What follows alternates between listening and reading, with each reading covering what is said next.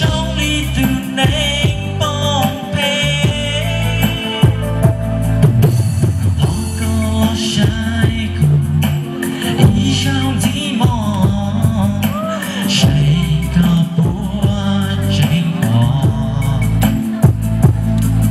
chừng chua đau ya hoa ư tư chỉ tao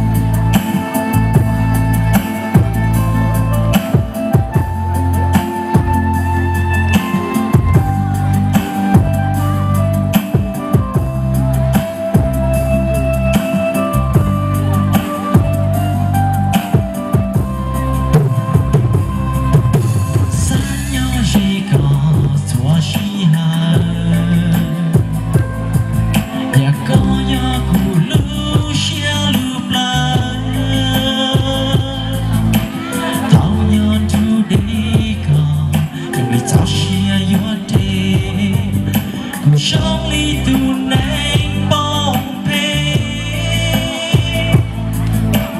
thì trai cùng ý giao tí mong say có búa tranh bò chừng chua đau ya hoa ư tư chỉ tao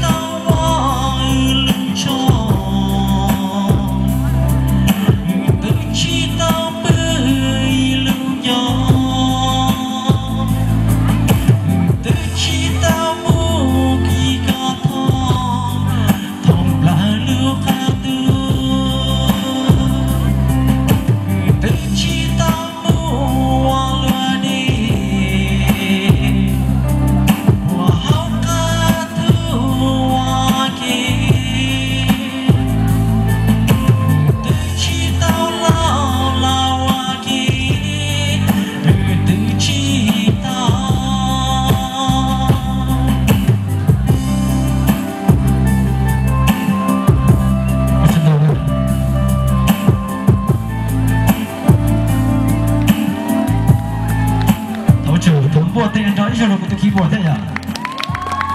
Nhiều cái chúng ta nói sự thao này giờ nên bỏ cũng có tiền thế nào giờ nên nhiều thế nào thằng là passport của thế này. Giờ nên đấy chọn tiền thì cái tiền linh ra đây à? Bộ tiền cho nó tạo ra sự thao thế này. Trong trên đầu à, này tụ cứ chọn tua ba tiền cho lại phổ tiếc. Ở giờ nên là cho gì tạo tiền nó thoát cho bây tụ hùng cao xử lý bị mùa cái những cái từ lời thoát